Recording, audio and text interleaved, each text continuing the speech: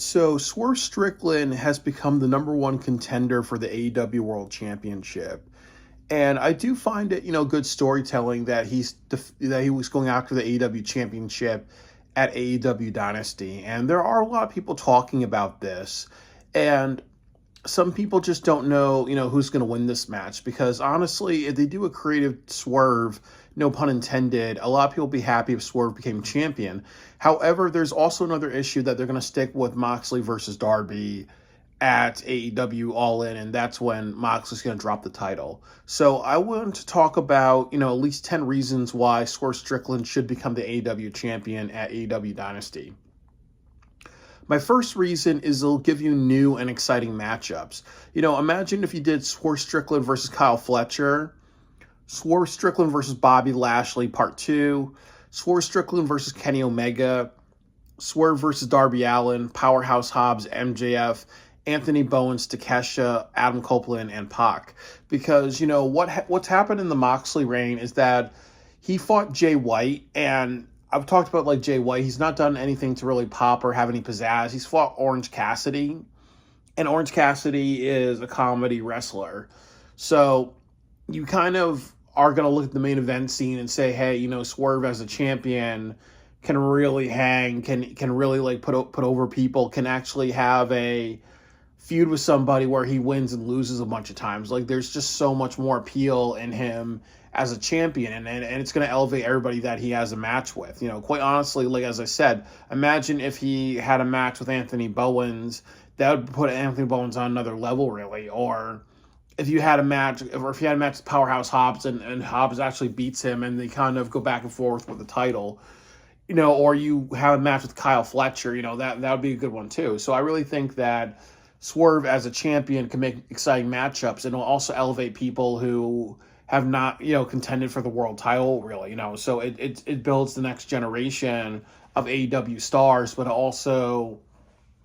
there's also some people like Kenny Omega or Bobby Lashley or MJF and Adam Copeland, which are people that have already been established in AEW or elsewhere and could be in a good matchup, really. I think anything with Moxley is not gravitating, so that's my first reason. The second reason is that you need to rebuild the AEW main event scene. And what that means is that, AEW has really lost, who are main event wrestlers. Because remember when Moxley, took over AEW, they showed Orange Cassidy, they showed the Private Party. They showed the Dark Order and many other people, and also they've had Jeff Jarrett and his faction, other people involved, really. So with a new champion, you can kind of be like, hey, here are the people who want to go after Swerve, and you can say, okay, it's Kyle Fletcher, it's Anthony Bowens, it's Will Ospreay, Hangman Adam Page, Moxley, Pac, Claudio. Will say to everybody, hey, look at all these wrestlers that are going after Swerve or want a feud with Swerve, and they're all part of the main event scene because they really just got rid of that. They need to reestablish and do a reset button. The next thing is showing off the AEW Championship. A lot of people have talked about that with Moxley having the title in the briefcase, it doesn't really feel special. It feels like, it really just doesn't feel special at all, really. And I understand he's trying to make a statement by saying that he's the embodiment of the championship and people don't deserve it. And he's trying to find that young talent that's going to, be like, okay, you're going to go through hell to get this title, and then you're going to, open the briefcase and that with all that stuff, really. But the other thing, too, is that when you don't have a championship or when you don't have a title to show off, really, it hurts your product because then it's what are people fighting for? Let's have the eye on the prize, really. It's almost like what happened in WWE when Brock Lesnar and Roman Reigns and The Rock and other people were champion, but they were not on television with the belt that much, really, because then it doesn't feel as special. It's good to actually, have a title and show it off and be like, hey, this is keep your eye on the prize type of thing, really. So it's, as I said, it's been a complaint that people have, let's make the people happy. The next thing is that it makes Anarchy in the Arena unpredictable, because my prediction for Anarchy in the Arena is it's going to be Swerve versus Moxley at the main event Dynasty. Then you're going to see the Death Riders attack Swerve. And then what's going to happen is it's going to be Adam Page. And then you're going to do Adam Page and Swerve and Rated FTR versus the Death Riders. So, and then a lot of people will kind of say the exact same thing about, okay, it's predictable. It's like everybody that's been having an issue with the Death Riders, and are we going to be happy to see like Swerve or Jay White or Adam Copeland, face Moxley after they've lost like the title to him, like lost their titleship opportunities to him. It's just not going to look good. So I really think that, it's just going to like feel anticlimactic, really. I think that if you have Swerve as the champion, you can do something where Rated FTR is like, and Rated FTR teams with Swerve and Hangman, and they're like, hey, you know what? We wanted to just take out the Death Riders once and for all. So what we're going to do is, Swerve's on our team, but if our team loses, then Mox becomes a champion. They kind of like they give Swerve the title, but then they do like another like Civil War type of thing or capture the flag type of team. Like whoever team wins it, the leader of that team becomes the champion. That's one thing. Another thing that they can do is you make Swerve the champion. They could have like Team Kyle Fletcher versus Team Ospreay and Kenny Omega. That could be something. Or people are talking about the Hurt Syndicate. Like, imagine if you did Anarchy in Arena between them, or if you got all the ladies together, you did an Anarchy in Arena with Team Mariah May versus Team Toni Storm. That could be really, really interesting. So like, honestly, if you have Moxley win, then it's more likely it's going to main event Double or Nothing with the title, and people are going to be like, oh, well, he's holding the title. Obviously, he's going to hold it to All In, really, and people are going to feel like very deflated, really. So I just think that, as I've said, really, that it's going to make your Anarchy Arena match more unpredictable. You don't know what's going to happen if Moxley actually loses and then Swerve gains the title. The next thing is Darby versus Moxley is very predictable, because that seems to be the direction that they're going in. Like, no matter what, the All-In main event is Darby Allin versus Jon Moxley. And there's two things about it. Honestly, people can be angry with Darby Allin because they're like, oh, well, you went on vacation. The company suffered. The company sucked for a long time. So why should we be happy to see you? And then the other thing, too, is that, Darby versus Swerve is a fresh match, really. And that actually is a good continuity, because Swerve was in the main event of All In last year. So, he's holding the title, and Darby's the next generation of person. So it seems like it's a better, it's a better matchup, really. Yeah, and then it's also a good visual, because, the company went downhill when they put the title on Bryan Danielson, because then they said, okay, the good antithesis to Bryan Danielson is Jon Moxley, really, So it's kind of like a good visual to say, hey, we're going to choose our champions a lot better and everything like that, really. So it becomes predictable. Then the other issue is that Darby Allin may die on Mount Everest. So imagine if that's their plan, and then they have to pivot. And then the third thing is that, obviously, Moxley versus Darby is going to be, is a match that everybody knows is probably going to be the main event. And it is what it is, really. So it's almost like, how special is that if people already know, or there's no unpredictability about what the main event's going to be? Like with Elimination Chamber and other things like that with WWE, at least one thing about it is that it gives you an element of unpredictability. So sometimes we want to have that before, we want to have unpredictability, instead of just, okay, well, we're going to have a match that most people can guess that we're having like a year in advance, really, So the unpredictability element is actually really good. The predictability element is very strong with Darby versus Moxley. A lot of people predicting that to happen. The other thing is Swerve is massively over, so he gets a loud reaction. Whose house? Swerve's house. Like the thing he's done, like the feud with Ricochet's elevated Ricochet. And Swerve just has a lot of charisma around him. So it's almost like, why would you just want to hurt that? You should just really elevate that. He's the one to, that's going to make the crowd really happy, really. It makes the most sense to, ride the momentum, really. So Swerve's over. Why not just, continue building up on that?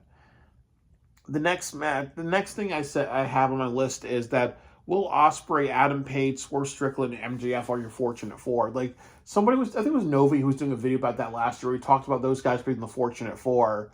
So it's almost like, when they went off the beaten path, instead of making Adam Page the AEW champion, or if they did something like have any of those four people retire Bryan Danielson to become the AEW champion, or they did something where Swerve beat Bryan Danielson, and then you have a rematch at All In. I mean, you do something where Bryan Danielson wins at All In, and then he drops the title at All Out. At Wrestle's Dream to Swerve, or he's a champion for like a night, and then he retires the next day or something like that. That's a better story, really. You got to keep the title pitch. Those four people are very massively over. They can tell stories. They have interesting characters. They have a certain style of wrestling, really. So it's almost like by putting the title on Swerve, you're kind of establishing that these are your big four, and this is what you need to do.